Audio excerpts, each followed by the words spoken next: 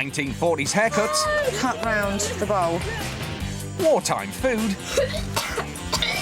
And outside toilets. Oh my God, it's dirty in there, and how do we flush? All take a bit of getting used to. It's pretty strict, but I think I'll be alright.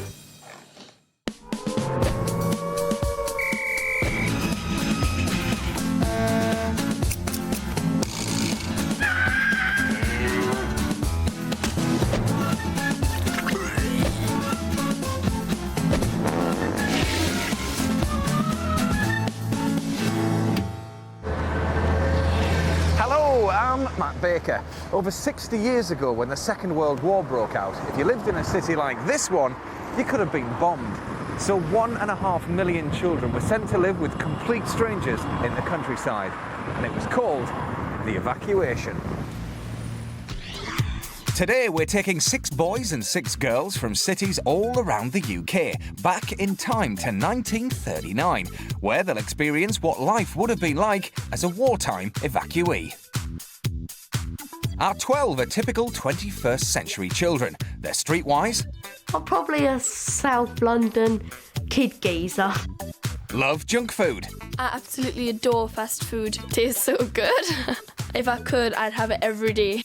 And are mad about the latest gadgets and gizmos. I'm more of a computer man, not a shovel man. This is where these city slickers are headed, an old-fashioned country farm where we've turned back the clock to the Second World War. They'll be sleeping in dormitories, eating hearty country food, and even going to the toilet outside. Oh dear. Done some research on the evacuation on the internet, and I think I'll be fine, really. For 2 weeks, our modern boys and girls will try to live without TV, technology and takeaways. Can they do it? Because the way my mum talks about my phone, like, oh, you could never live without, I think I want to prove to them that I can live without it.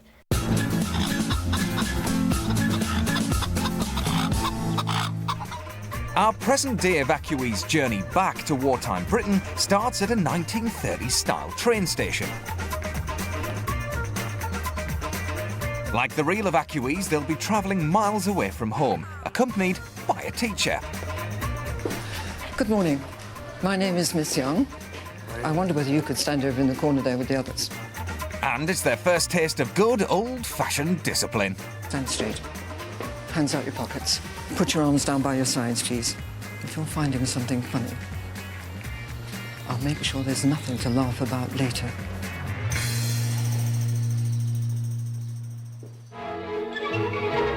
The evacuation of city children began on the 1st of September 1939, 2 days before Britain declared war on Nazi Germany. Codenamed Operation Pied Piper, it was the biggest movement of British people ever.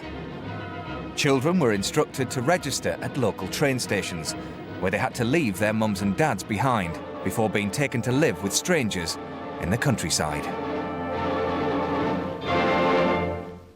This is what they would have been given: an identity card and a label to go around their neck with their name on it and which school they're from.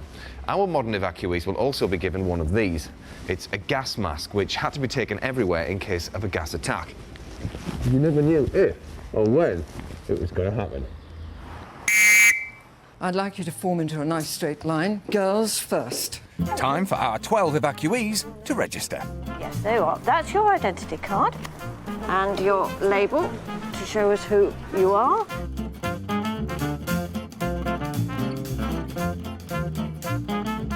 And you need your gas mask, and you need those at all times. And if they lose their gas masks, they'll have the fearsome Miss Young to answer to. Mrs. Gray, Mrs. Yes. Brown, thank you very much. OK. Thank you. Life in 1939 is very different to 2006. Everything's really like strict and organised, and it's quite scary. Put your luggage down. Got told off for saying yeah instead of yes, miss. She was pretty strict and a bit scary. And it's not just Miss Young that's freaking them out. I'm not wearing this. It's gross. And it'll mess up my hair. You wiped it on my face. Feeling excited, but I'm also a bit nervous. I don't know what to expect. I'm going without TV and a mobile phone and a computer. I'm a bit worried about that. Most of the real evacuees had never left the cities they lived in, let alone been to the countryside. Except for the odd family holiday, our boys and girls are no different. Once this train leaves the station, our evacuees will enter wartime Britain. So this is their final contact with the modern world and their families. If you would like to say goodbye to your parents now, please. Time to say goodbye to their mums and dads. For the next 2 weeks, our evacuees are on their own. When the war broke out, some children didn't see their parents again until it ended, 6 years later. Can we have the girls first, please, gentlemen? Gentlemen, stay in line.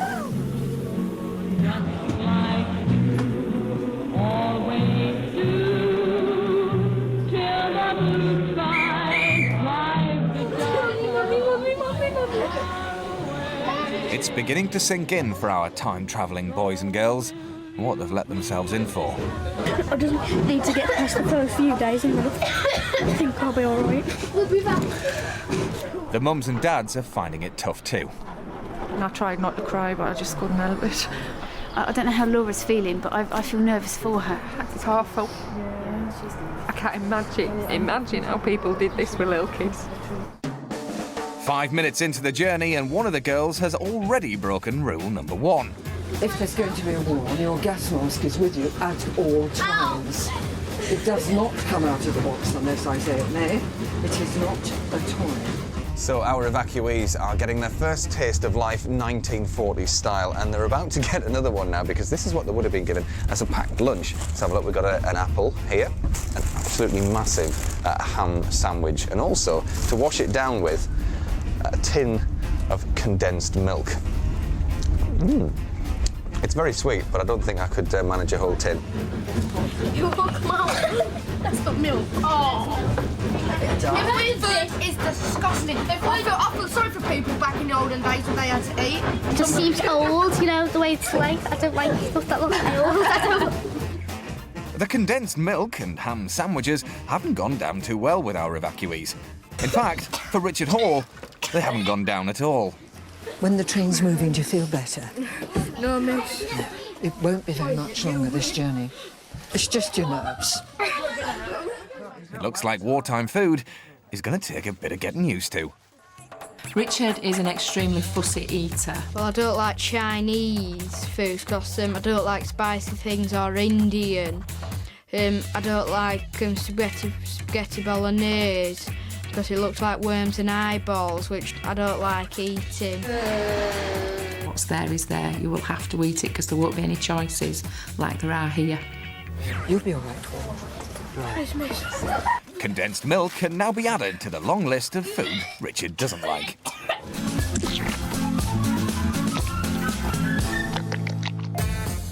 For the next 2 weeks, I'll be going along for the ride too. And while we've stopped at a station, I think it's a good time to introduce myself to the new evacuees. So how's it all been? Because it's strange. I wish I had a camera. You what? I've been sick. You've been 10 sick? minutes on the journey. Goodness. It's everywhere. Oh my goodness. Where were you sick? Are you all right? There. Oh, and how are you feeling now? Are you all right? All right, yeah. Props for this dog there. Now then, girls, how are we? How are you doing? What's your name? Natalie. Natalie, hello, I'm Matt. Nice to meet you. Are you all right? Hello. What's Hello, your I'm name? Chelsea. You're Chelsea, and how are you feeling today, Chelsea? Nervous but excited. Nervous but excited. Okay, and how was it saying goodbye to all of your family? It was hard. We got it. This is going to be an incredible journey, this, isn't it? It's going to be an amazing experience. Have you thought anything about it? Have you got any kind of ideas of what it's going to feel like, what's going to be like? I think I've got an idea. It's just I think when I get there, it's going to be completely different.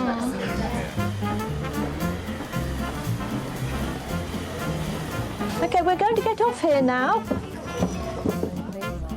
The children have arrived at Weybourne Station in Norfolk and are about to be collected by farmhand Mr. Patrick and taken to their new home. And this is them, is it? It is indeed. Right now, then, girls and boys, you've got to pick your bags up. Now, you follow me, and this young will come behind. Back in 1939, cars were a luxury, so the most common form of transport was using your own 2 feet, as our evacuees are discovering on their walk to the farm. Come on, keep up, you've got a long way to go yet. Can you straighten your back? Smarten up, we're getting very close. Their new home is an exact copy of a 1940s farm, and we've brought in a real-life no-nonsense farmer called Mr. Rivet and a farmer's wife, Mrs. Rivet, who will cook and look after the evacuees. They are going to live by my rules. This is my home, and they are going to do what they are told. When the evacuees arrived at their new homes, they weren't always given the warmest of welcomes by the strangers taking them in. This is a farm, as you can see. Now, Patrick and I do the farming. You boys will be able to help us, I hope. And you young ladies, you'll have to help Mrs. Rivet, all right? Now, we'll all get along fine, so long as you don't start acting up and being difficult and being little monkeys. But if there is trouble, I can tell you, you'll be mucking my old horse out for a week. Is that understood? Yes, sir. Right. OK, would you like to come with me? The evacuees are about to see where they'll be living for the next 2 weeks. The girls will be sharing one dorm and the boys another. But that's not the only surprise. No one comes into the house without wiping their feet. If you'd like to follow me, girls, into the room. You're all to get changed, and in the wardrobes are clothes with your names on, and I want all the city things that you've brought with you brought downstairs in about 5 minutes. If you'd like to do that and get changed, thank you. These fashion-crazy evacuees are unlikely to be impressed with their new outfits. I love it! They've got straw in them. What colour's that supposed to be? Oh, please don't say that's mine. If I'm wearing this, then you're so wearing that. Oh, feel that toilet paper. It is rock. It's sandpaper. Look at mine. Disgusting. Oh, I've got a scarf and it's knitted. Fussy Eater Richard might be happy, but the most fashion-conscious of all, Harry Cracknell, isn't so keen. Look what you got to wear. Look what I've got to wear. You got to wear that. Oh, I've got a woman's coat. I'm Harry Cracknell and I'm from South London. Got his earrings in, his clothes, gels his hair back, shucks his shoulders a bit. He thinks he's one of the lads. I talk like a geezer, walk like a geezer, have clothes like a geezer. I think I have a bit of a ladies' man, yeah. Harry is one little poser. Harry can't walk past the mirror without looking at himself. He does it every time he walks past it. I reckon when I'm older, I'll probably be like #1 poser. But possibly not in 1940s gear. Okay, how do I do this? Where's your socks, eh? You need your socks. Yeah, wait a minute. Felix is obviously enjoying his new look, but the girls are horrified. I'm wearing the ugliest outfit. I know people used to wear these, but I feel sorry for them. We got these clothes, my cardigan, my day dress, and we got Sunday best, and we got school clothes. These are my shoes. They're sandals, correct, and they're the most uncomfortable thing I've ever worn. The clothes are dreadful, and the shoes just kill you after 5 minutes. Little pants I'm not keen on. I'm normally keen on boxers, so that's going to probably be a new thing to me to get the hang of. With 12 children in the house, Mrs. Rivet needs to crack the whip. Right, why aren't you ready? Rule 1, you wipe your feet when you come into the house. Rule 2, you're punctual. When we say 5 minutes here, we mean 5 minutes. It's bye-bye to the 21st century and all its mod cons. We need all your belongings put in these bags, so all your clothes that you came with can be sent off for the war effort. Open the bag and put all your stuff in the sack. Whatever's that? Well, did you ever see anything like it? Whatever is it? What on earth is it? I hadn't ever seen anything like that before.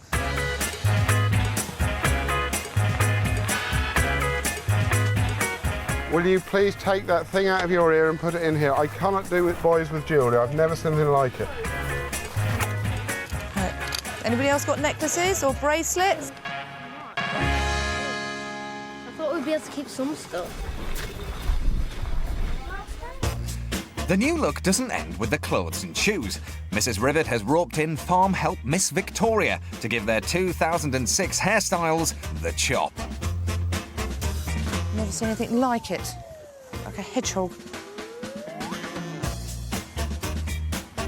That's Brill Cream, and Richard Hall is definitely not happy about having his head smothered in it. Right, I want you to try and keep your hair so you have a nice side parting in it, like I've done.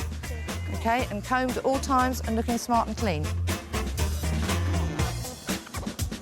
A classic style during the war was short at the back and a side parting on top. OK, who's next? Is it a boy or a girl? Oh, that hair. My name is Felix Chancellor Burton, and I haven't cut my hair in 6 years. I don't really remember why I started to grow it, but now I've got it this long, I don't really want to cut it. And the longer it got, the less keen he was to have it cut. My hair's so long that sometimes it gets caught on door handles. Sometimes my hair gets stuck in my food. Ooh. Yeah, it's quite disgusting, really. Well, well, well. I have never, ever, ever seen anything like this in my entire life. Enough, just be quiet.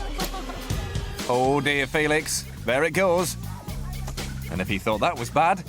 We've got no option but to put the bowl and actually cut round the bowl. Did he actually put a ball on his head? They're using a bowl to get a nice, neat cut. Bowl cut. It's going to take you long to grow your hair. 6 years. 6 years. Gone in 6 seconds. Oh my God, no! Look at that. Yeah, that's just not right. And the cows are laughing at me. He can kiss goodbye to that old hairstyle. OK, done. My goodness me, isn't that an improvement, though? As you can see, I got my haircut. It used to be very long, and now it's all short. They put a bowl, and it took like ages. Because they put a bowl around my head and cut around the bowl, so I got a bowl head. My haircut. Well, personally, I think it's a bit nerdy and naff. But all the old-fashioned people, like Mr. and Mrs. Rickett, say it looks good. But personally, I can't see that. Mrs. Rivet is giving the evacuees a tour of their new home. This is the dining room where we will eat breakfast, lunch and dinner. It's a typical wartime farmhouse, with fires instead of central heating. Blankets rather than duvets. No TV, and a basic kitchen, minus fridge, microwave and washing machine. All the creature comforts our modern evacuees take for granted just didn't exist back then. But I think that this room is going to be the biggest shock. It's an outside toilet, and it's a replica of what they would have been like during the war. Here we go. You've got the bucket or the toilet, which sits underneath a wooden bench. And when you've finished doing your business and wiped your bum with the tracing paper toilet roll, you wash it away with the jug of water. But how will it go down with the city boys? Oh my God! Oh, what? There you go. It's dirty in there, and how do we flush? You flush it, my man, with a jug of water, which is outside the door. That down there, look. What have you done with something else? You mean something else? A poo? Yeah. If you do number twos, you might need two jugs.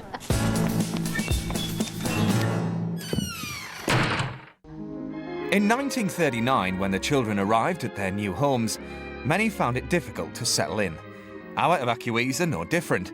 After just 2 hours on the farm, they're missing their family and friends back in the cities. Yes. I'm just a bit upset because I'm away from home and stuff. I know. I just feel a bit awful. Where are all the other boys? They're in the playroom, I think, Right.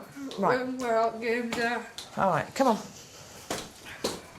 I want all you boys to sit together and give Richard some support, all right? Is there no games in there that you can play? I feel pretty, you know, awful inside, but I'm enjoying myself because I have got some new friends and it's pretty strict, but I think I'll be all right. Natalie Travers is also finding her new life hard to get used to. Really, all I keep thinking is that if I was a real one, then I wouldn't know when I was going home, and I wouldn't know if I had a family to go back to. But now I know that I've got a family to go back to, and I know when I'm going home, and all I've got to keep remembering is that they didn't. Natalie hopes Mrs. Rivet will be a soft touch, but she's come to the wrong person. Who's my family? Well, I know it's very tough, but we're under the threat of war and all these children are in the same situation as you. Would it help if you did some jobs and worked with me, rather than be with the children? Don't mind me. Do you help your mum at home? A bit, miss. Do you? What sort of things do you do at home? I do wash up my plate and put all the food in the bin. Help your mum? Pull the other one, Natalie. I am lazy. Natalie doesn't do anything around the house and I end up doing practically everything for her. I just can't be bothered and I just don't want to because I'd rather be on my phone and on my computer and watching TV, so I'm not really interested in doing anything else. It's not what I want to do. Sometimes when I want something and I can't be bothered to go downstairs, I'll ring or text my mum instead of just going down the stairs. Hi Mum, can you come and fill up my fridge because there's nothing in it and I'm hungry? It's really good having my mum because she does do a lot for me and she does it without like moaning, and it is like having room service. I think it'd be a really good experience for her to actually realise that, you know, we're not all born as princesses and she has got to lift a finger. Gotta go, history calls.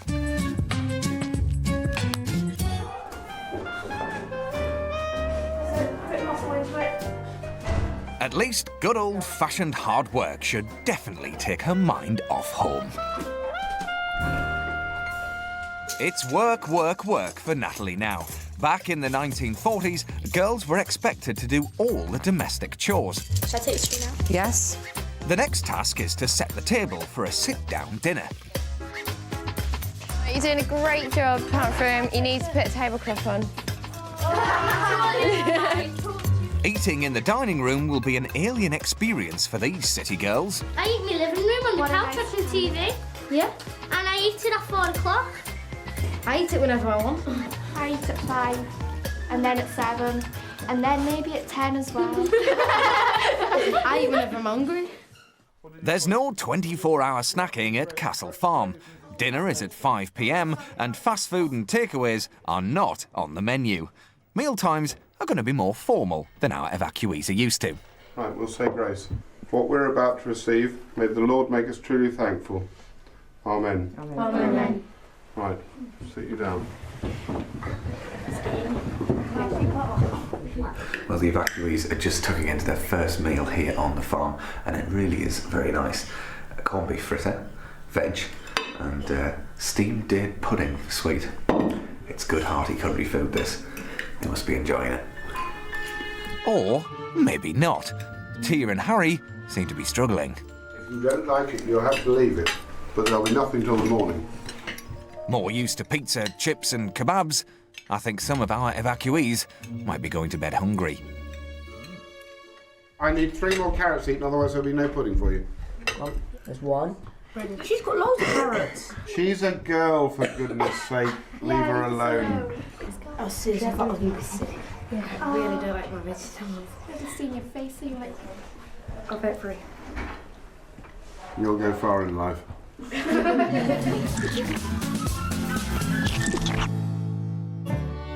Our evacuees might stay up late at home, but at Castle Farm, bedtime is 7:30, sharp. And the news just gets worse. Back in the 40s, in houses with an outside toilet, every bedroom came complete with a chamber pot. And Mrs. Rivet has her own special reasons for insisting on their use.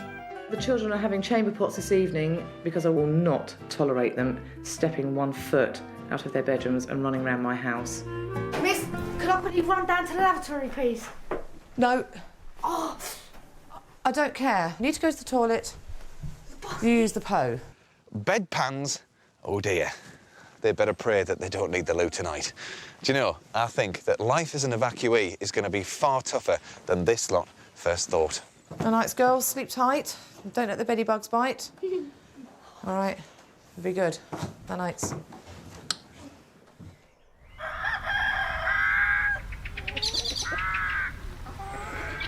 Well, it's 7 o'clock in the morning, and now evacuees are about to find out that when you live on a farm, you're up early, and there's no such thing as a lie-in.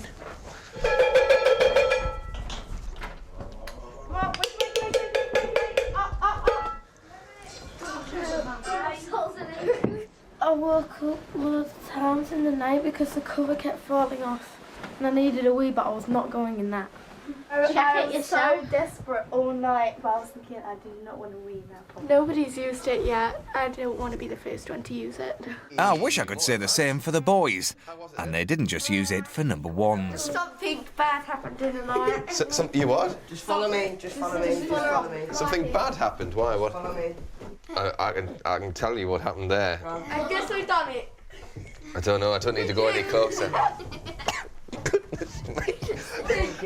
Absolutely stinks in here. Like we had to sleep like that. Oh, I'm gagging nearly. Anyway, it is... Open the window, man. What time did that happen, Richard? Last night, did it? What? Midnight-ish. Goodness, mate. Got up in the middle of the night to go to the toilet. I really needed a number 2, aka poo, but it absolutely stank, and I got in trouble. For it. But I needed to go, and you gotta go. Richard has now been given the nasty job of emptying the boys' shared chamber pot for the next 7 days. The evacuees are beginning to realise going back 66 years is like living on a different planet. The farm is alright, but I wouldn't live here because I prefer my own home. I'm feeling better now after I've had a night, and I'm getting used to a new environment and new things, new people to be around. It's 2 whole weeks of this. I don't know if I can handle without my Moby and my computer. Next time on Evacuation, our evacuees meet the farm locals. I'm scared of the chickens pecking me. The girls dig for victory against the boys. I don't want to beat the boys, it's getting on my nerves. And Mr. Rivet wises up to the city slackers. You do more talk than ever you do work. When the pressure's on and the clock is ticking, you know you're in the zone.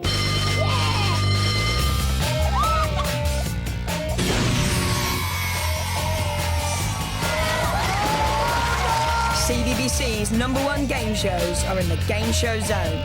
Weekdays at 4:05, CBBC on BBC One. Let the games begin.